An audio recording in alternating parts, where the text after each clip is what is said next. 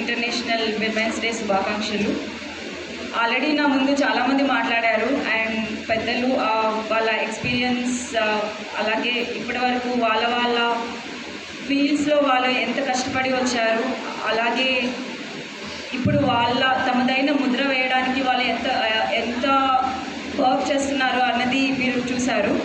And నేను ఇప్పుడు women's day గురించి ఎక్స్ప్లెయిన్ చేశారు కాబట్టి నేను just few words about my journey నేను చెప్తాను.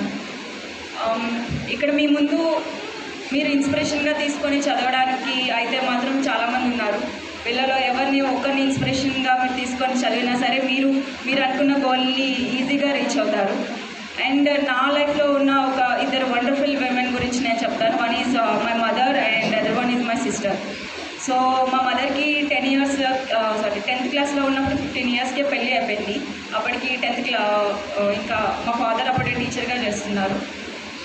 తర్వాత పెళ్ళి అయిపోయినా సరే మళ్ళీ నెక్స్ట్ నాకంటే ముందు ఒకరు పుట్టి చనిపోవడం జరిగింది. నెక్స్ట్ మా చెల్లి ఇద్దరు పుట్టిన తర్వాత మళ్ళీ స్టడీస్ కంటిన్యూ చేసి ఫస్ట్ టైం టీచర్ జాబ్ కోసం ట్రై చేస్తూ ఫస్ట్ టైం రాలేదు, సెకండ్ టైం రాలేదు, థర్డ్ టైం మా చెల్లి కూడా స్కూల్కి వెళ్ళడం స్టార్ట్ అయిన తర్వాత మళ్ళీ మా అమ్మ అది జాబ్ అచీవ్ చేశారనమాట.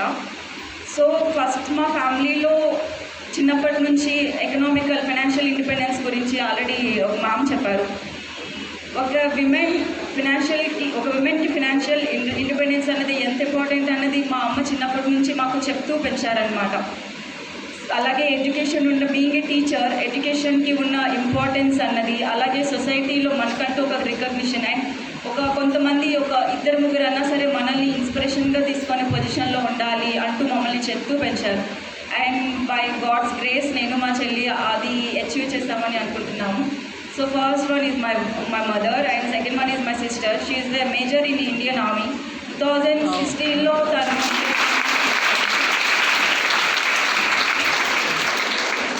అండ్ నేను ఈ యూనిఫామ్ వేసుకోవడానికి మెయిన్ మోటివేషన్ అయితే తను మా చెల్లి. తనకి కూడా సక్సెస్ అనేది ఈజీగా రాలేదు. ఫస్ట్ టైం తను సెలెక్షన్కి వెళ్ళింది, సెకండ్ టైం వెళ్ళింది, సెలెక్ట్ కాలేదు. థర్డ్ టైం మళ్ళీ తను ఇండియన్ ఆర్మీలో సెలెక్ట్ అవ్వడం జరిగింది. ఆ యూనిఫామ్ వేసుకున్నప్పుడు తనలో ఉన్న గ్రేస్ అయితే కానీ తను ఏదైనా వర్క్ చేసినప్పుడు ఆ కాన్ఫిడెన్స్ అనేది ఉంటుంది. సో అది ఇప్పటికే తను ఏంటి అనేది ప్రూవ్ చేసుకోగలిగింది. అండ్ ఇప్పుడు నా ఎక్స్పీరియన్స్ అనేది చాలా తక్కువ. నేను ఇప్పుడు ప్రొబేషనరీ డిఎస్పీగా ఇక్కడ కోనసీమ డిస్ట్రిక్ట్కి రావడం జరిగింది.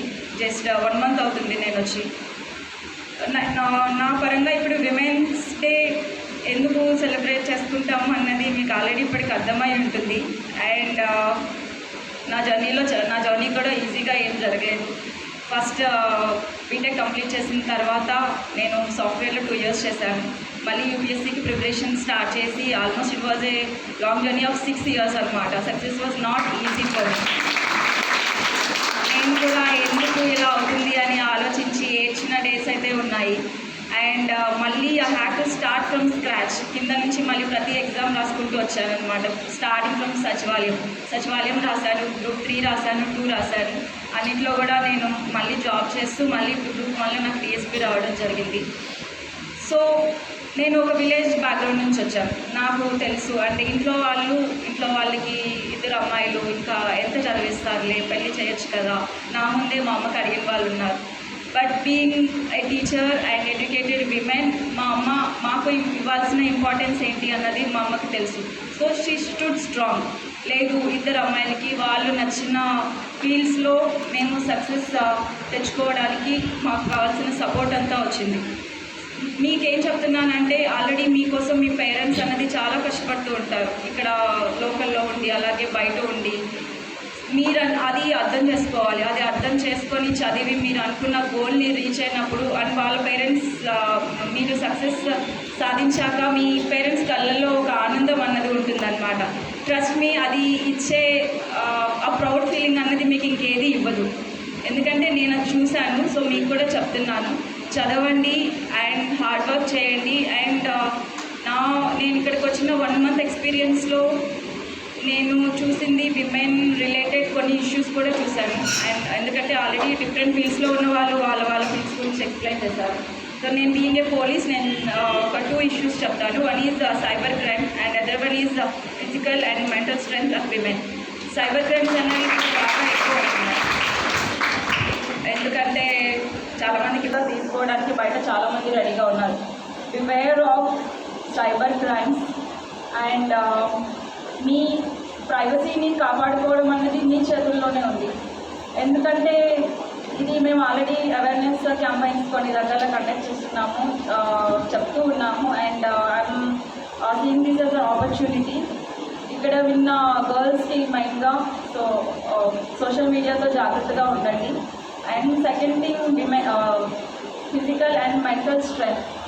మెంటల్గా అన్నది స్ట్రెంగ్త్ అన్నది డెవలప్ చేసుకుంటూ ఉండాలి. ఎందుకంటే మీరు ఇప్పుడు 10th ఇంటర్ చదువుతున్న వాళ్ళు ఉన్నారనుకుంటాను.